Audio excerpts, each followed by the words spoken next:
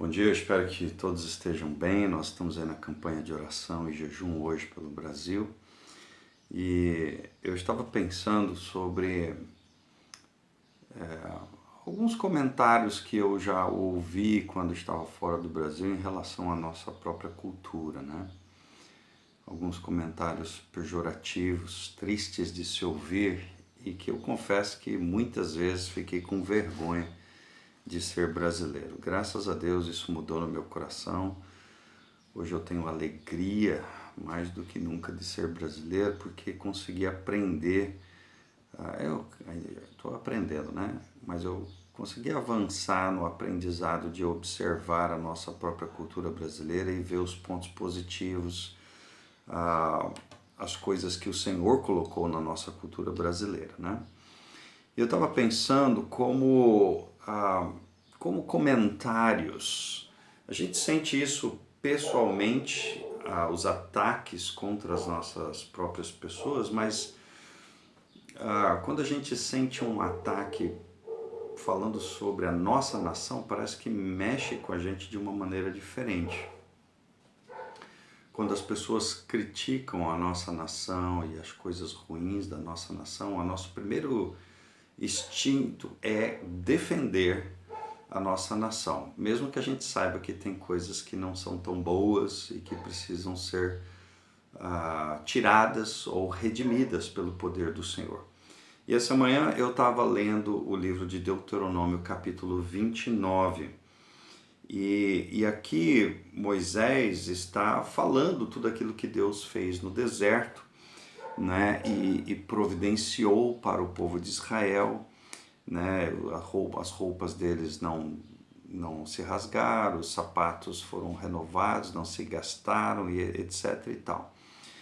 Mas como é que Deus livrou eles, né, no caminho do Egito até a Terra Prometida, livrando eles de povos, nações inimigas, e deu sucesso a ele enquanto estavam na caminhada. O verso 10 diz assim, Deuteronômio capítulo 29, verso 10, diz assim: vocês todos estão hoje diante do Senhor, o seu Deus, seus líderes de tribos, o povo, os juízes e os oficiais e todos os demais homens de Israel, juntamente com as crianças, as mulheres, os estrangeiros que vivem no seu acampamento, incluindo os lenhadores e carregadores de água. Vocês estão todos aqui para firmar uma aliança com o Senhor, o seu Deus. Aliança que Ele está fazendo com vocês hoje. Hoje, Ele vai confirmá-los como seu povo para que Ele seja o Deus de vocês, conforme lhes prometeu e como jurou aos seus pais Abraão, Isaque e Jacó. Presta atenção no verso 14. Esta aliança sob juramento não faço só com vocês que estão aqui hoje na presença do Senhor, o seu Deus, mas também com as futuras gerações de Israel. Certamente vocês lembram como vivemos na terra do Egito e como ao sair de lá atravessamos com segurança as terras inimigas. Verso 18, é bom lembrar essas coisas para que não exista entre vocês, homem ou mulher, grupos de famílias ou tribo, cujo coração se afaste de Deus, o Senhor, o seu Deus, e passe a prestar culto aos deuses daquelas nações.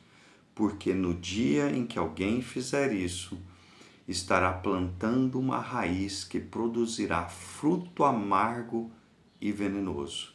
Ninguém caia no erro ao ouvir estas palavras de maldição, de invocar uma bênção sobre si mesmo no seu íntimo, dizendo: posso seguir o meu próprio caminho e mesmo assim ter sucesso e paz. Isso traria destruição a todos, tanto a terra irrigada quanto a terra seca. O Senhor não perdoará quem fizer algo assim. A ira e o zelo do Senhor arderão em chamas contra tal pessoa. Eu fico pensando, meu querido,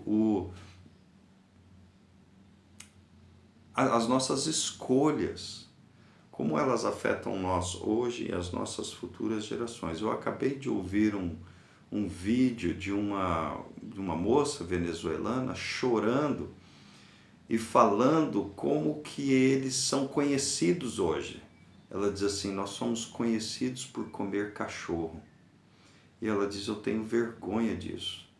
Eu não sou conhecida, a minha nação não é conhecida por causa das belezas naturais, por causa do mar, por causa das ilhas bonitas e etc. Tal. Somos conhecidos hoje por comermos cachorro.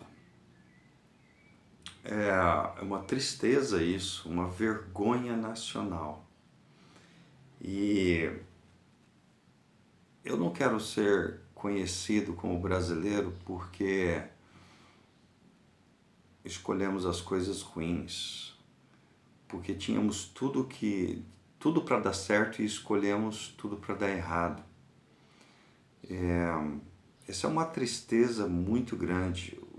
Deuteronômio 29, verso 24 diz assim: todas as nações perguntarão: por que o Senhor fez isso com essa terra? Qual foi a causa de tamanha ira?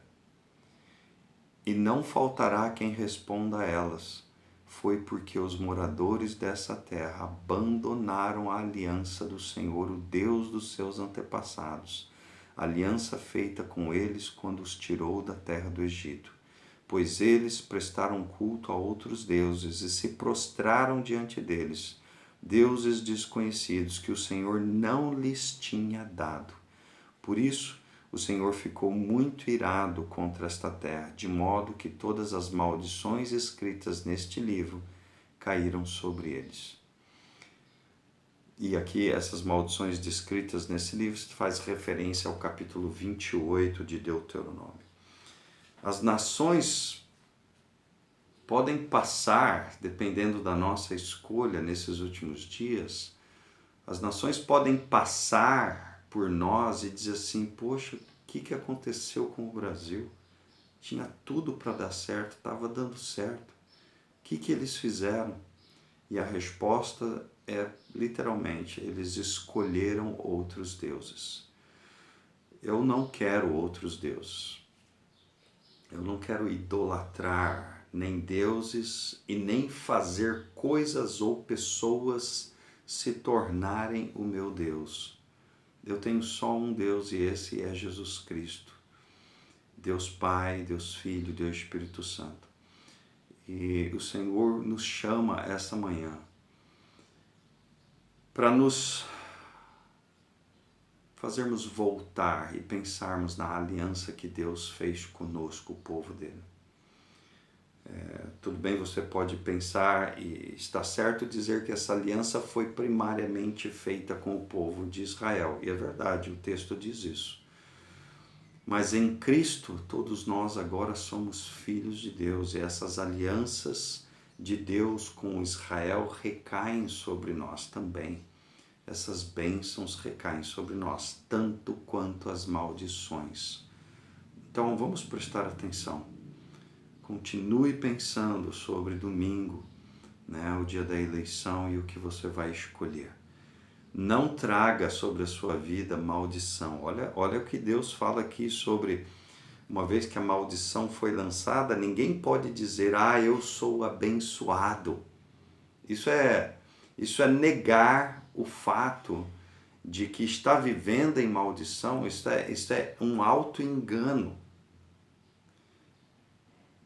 Escolher os outros deuses traz maldição sobre qualquer povo da terra. Não é só sobre nós ou sobre o povo de Israel, é sobre toda a nação.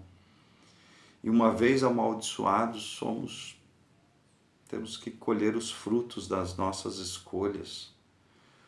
E não adianta a gente tentar bater nas nossas costas ou consolar o nosso coração, massagear a nossa alma dizendo: não, nós somos abençoados, nós escolhemos o mal, mas ainda somos abençoados.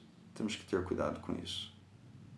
Temos que ter muito cuidado com isso, porque isso não é plano de Deus para as nossas vidas. Tenha cuidado, tenha cuidado. Então vai aqui o meu alerta.